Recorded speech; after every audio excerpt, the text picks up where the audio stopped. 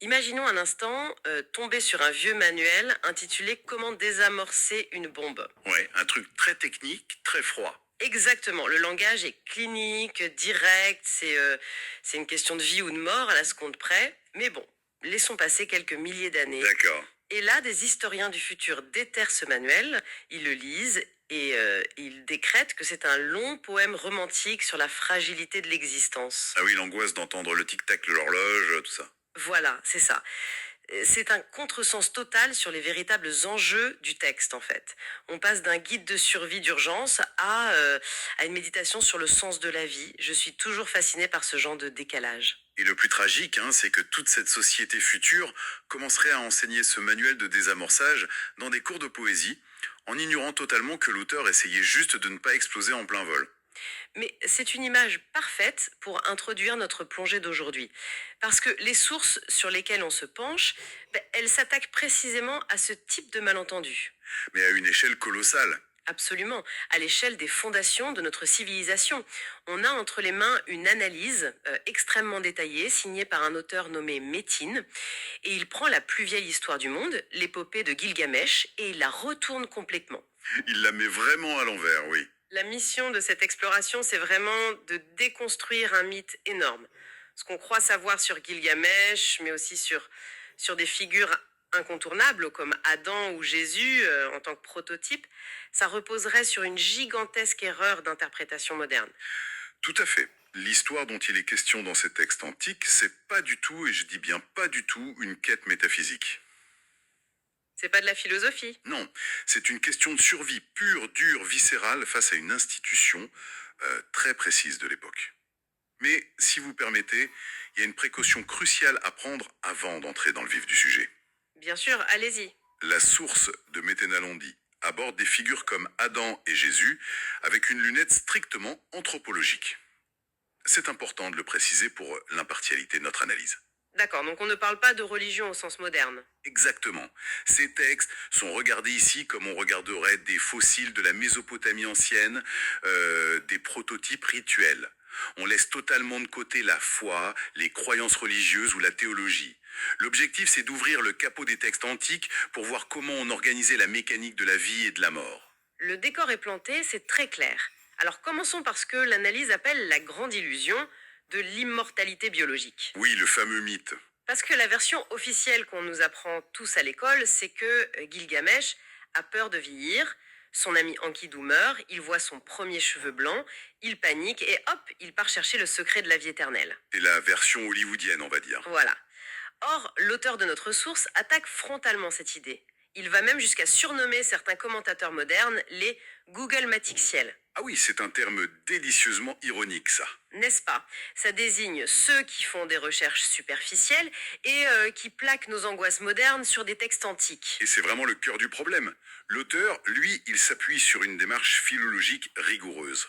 C'est-à-dire qu'il refuse d'utiliser nos dictionnaires contemporains pour lire des mots vieux de plusieurs millénaires. C'est logique. Quand on regarde les termes acadiens originaux utilisés dans l'épopée pour décrire ce que cherche Gilgamesh, à savoir les mots Balatou et Napchatou, on réalise l'ampleur du désastre. Ah ouais, Oui, ces mots ne portent absolument pas le concept de vie éternelle ou d'immortalité. ok.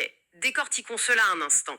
Que signifie-t-il concrètement si c'est pas l'immortalité? Il désigne la vie au sens le plus brut, le plus biologique du terme. Genre respirer? Exactement, le fait d'avoir un pouls, de respirer, de pas être un cadavre, quoi. Dans le contexte constitutionnel de la Mésopotamie, chercher le Balatou, c'est pas chercher à devenir un dieu qui ne vieillit jamais. C'est quoi alors? C'est chercher à ne pas être la prochaine victime sur un autel de sacrifice rituel.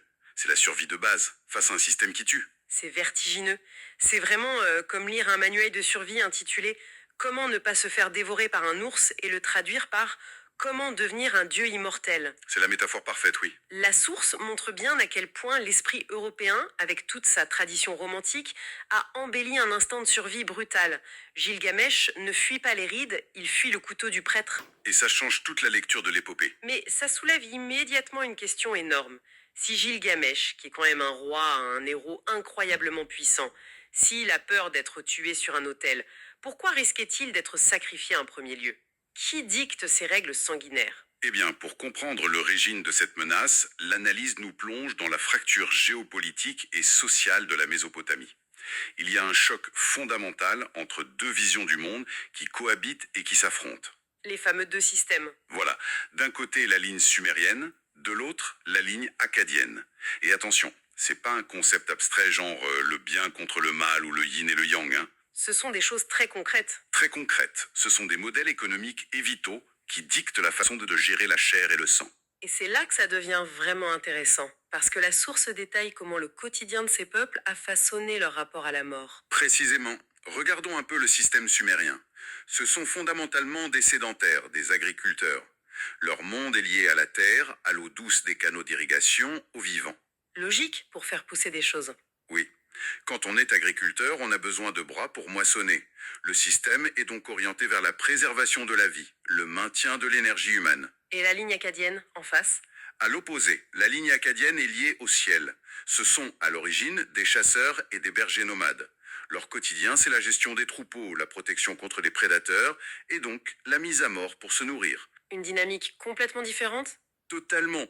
L'imagerie akkadienne, c'est pas l'eau claire des canaux, c'est le chaudron bouillonnant, le feu, le sang versé pour maintenir l'ordre et calmer les forces du chaos. Donc on a des agriculteurs qui veulent garder les gens en vie pour travailler la terre et des chasseurs-éleveurs qui savent que pour qu'un troupeau survive, il faut parfois sacrifier des dettes. C'est le résumé parfait. Mais comment ces deux visions opposées gèrent-elles concrètement la violence au sein de la société? Je veux dire, si je vis dans le système sumérien, celui des agriculteurs, et que la règle institutionnelle exige quand même un tribut, comment est-ce que j'évite de finir sacrifié? C'est là qu'intervient la ruse sumérienne, si on peut dire. Le système sumérien protège la vie, oui, mais il y a une taxe lourde à payer. C'est la loi de la substitution, ce que l'auteur appelle la diète. La diète? Oui, l'idée est simple mais très brutale. Pour ne pas perdre la vie entière, il faut renoncer à une partie de soi. Pour échapper à l'autel, pour ne pas être le sacrifice total, il faut devenir imparfait. Attendez, laissez-moi tester une image pour voir si je saisis bien.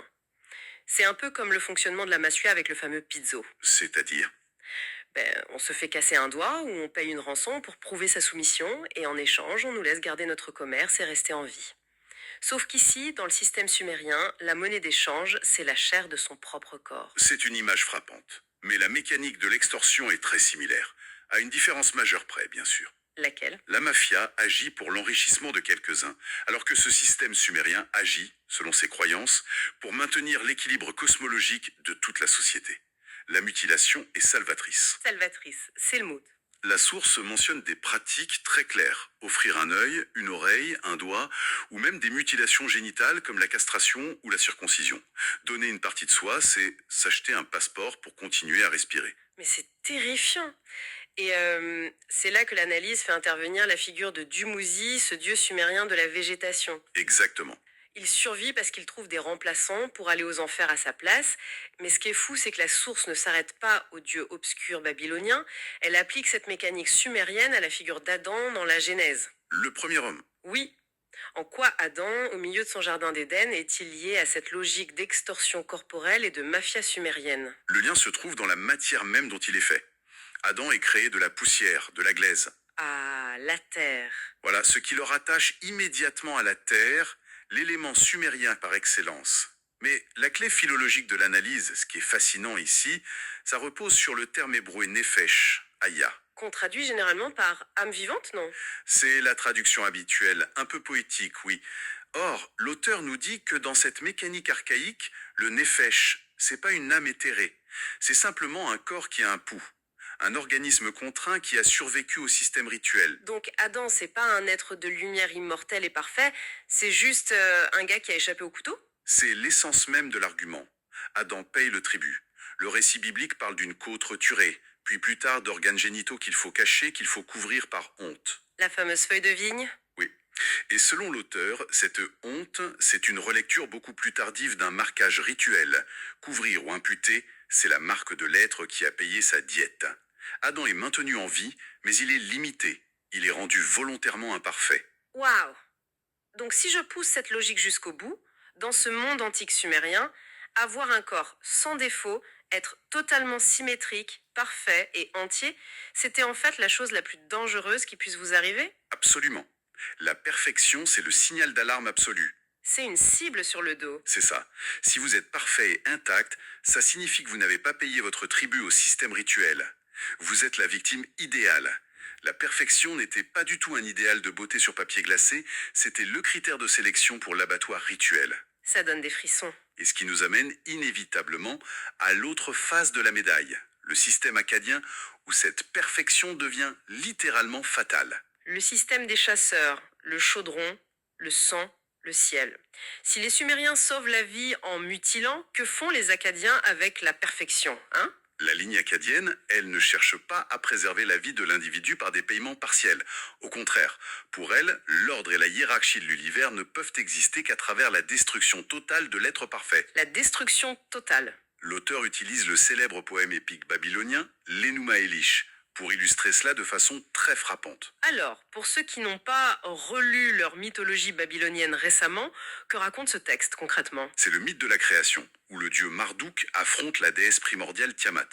Et Marduk ne fait pas que la tuer. Il fait quoi? Il prend son cadavre énorme et il le fend en deux, comme un coquillage. Avec une moitié de son corps, il crée la voûte céleste et avec l'autre, il crée la terre. Avec ses yeux, il fait couler les fleuves du Tigre et de l'Euphrate. Ok, c'est gore. Très. Mais l'idée est littérale. Le monde organisé, la géographie même, est bâti avec les morceaux d'une victime sacrificielle. Sans ce sacrifice, il n'y a pas de monde, il n'y a que le chaos. L'ordre exige la destruction. Et c'est là que l'analyste pose une bombe monumentale, je trouve. Elle soutient que Jésus, dans les récits beaucoup plus tardifs, représente l'accomplissement absolu, l'avatar ultime de ce modèle akkadien. Oui, sous l'angle strictement anthropologique de notre source, c'est l'argument avancé. Comment ça fonctionne? Eh bien, si l'on regarde les critères, Jésus est le Fils parfait. Il est celui dont aucun os ne doit être brisé, qui ne subit aucune amputation préalable pour se sauver. Donc il n'a pas payé la taxe sumérienne. Exactement. Il refuse la diète sumérienne, il n'est pas l'imparfait Adam. Étant parfaitement intact, il correspond idéalement à la victime exigée par le mécanisme akkadien. L'insistance presque clinique d'ailleurs, dans le Nouveau Testament sur sa chair meurtrie, le sang versé, le déchirement physique, ça correspond à la ritualisation extrême de l'ordre par le sacrifice complet. Attendez, là je suis obligée de faire l'avocat du diable une seconde. Allez-y. L'Occident entier a bâti des millénaires de théologie, d'art, de philosophie sur l'idée de l'amour universel, du pardon des péchés, de la rédemption par l'esprit. Et cette source affirme que tout ça, c'est juste l'application méticuleuse d'un antique code pénal babylonien de gestion de la violence. C'est vertigineux, mais oui. L'auteur affirme que la couche théologique, cette idée de l'amour et de la rédemption morale, a été ajoutée bien plus tard. Le noyau structurel, le vrai moteur caché de l'histoire, c'est l'économie sacrificielle. D'accord. Et c'est ici qu'intervient une distinction linguistique vraiment fascinante mise en avant par l'auteur, entre le néphesh et le pneuma. Ah oui, on a dit tout à l'heure que le néphesh, c'était le corps imparfait de l'agriculteur sumérien, l'homme qui respire juste parce qu'il a payé sa dette avec un bout de doigt ou autre. Qu'est-ce que le pneuma, du coup? Le pneuma, on le traduit souvent par le souffle, l'esprit ou la puissance. Mais attention, dans cette mécanique antique, cette puissance n'existe pas en suspension dans le vide. Elle vient d'où? Le pneuma est l'énergie générée et relâchée uniquement après que le sacrifice parfait a été consumé par le système akkadien. Oh, je vois. C'est presque perçu comme de la thermodynamique rituelle en fait. Le corps parfait est jeté dans le réacteur sacré, il est détruit, et l'énergie qui en ressort pour ordonner la société, c'est ce pneuma. C'est l'image parfaite, oui. On a donc deux réacteurs totalement incompatibles face à face. Sumer et Akkad. Voilà. Sumer qui produit de la survie à basse intensité par la mutilation et Akkad qui produit de l'ordre à haute intensité par l'oblitération totale d'un être parfait. Alors, qu'est-ce que tout cela signifie pour notre roi Gilgamesh dans tout ça? Parce qu'on l'a un peu laissé de côté. Maintenant qu'on a le plan complet de l'usine, avec ses 2 chaînes de montage mortelles, où est-ce que Gilgamesh se retrouve coincé? S'il ne cherche pas la crémentiride éternelle, pourquoi parcourt-il le monde en panique? Eh bien, Gilgamesh vit une crise d'une lucidité terrifiante. Il comprend la machine. Il a vu les rouages. C'est ça. Dans l'épopée, il est décrit comme étant 2 tiers-dieux et 1 tiers-homme. Il est immense, il est puissant, magnifique. Il est l'incarnation même de la perfection héroïque. Et c'est justement ça son cauchemar. Parce qu'il est parfait. Exactement. En voyant le système akkadien fonctionner, il comprend que sa propre perfection le désigne d'office comme la victime suprême pour le prochain grand rituel. Ah ouais? Il regarde autour de lui, il voit que l'ordre demande du sang parfait et il réalise que la cible géante peinte sur le mur, bah, elle est dans son dos. Tout à fait. Donc son voyage désespéré au bout du monde chercher Utnapishtim, le survivant du déluge, ce n'est pas du tout la quête d'un poète en crise existentielle. C'est la quête d'un condamné à mort de haut rang qui cherche une faille juridique. Il veut trouver un précédent légal pour survivre. Il se situe à une intersection intenable en fait. Comment ça? Il est trop lié au sang akkadien, trop majestueux pour s'extraire de la liste des sacrifiés. Mais en même temps, il n'arrive pas à entrer dans le système sumérien. Il ne peut pas juste payer la taxe? Non, il voudrait bien payer la petite diète, lâcher un bout de pouvoir ou de chair pour qu'on le laisse tranquille en mode sumaire. Mais la machine akkadienne, elle, réclame le sacrifice complet. Il est bloqué. C'est fou. Si on enlève les dieux et les monstres, l'histoire de Gilgamesh ressemble à, je sais pas, un grand patron intouchable qui découvre avec horreur que son parachute doré est en fait une enclume conçue pour le couler et sauver l'entreprise. C'est une lecture implacable qui dépouille le texte de tous les vernis sentimentaux accumulés au fil des siècles.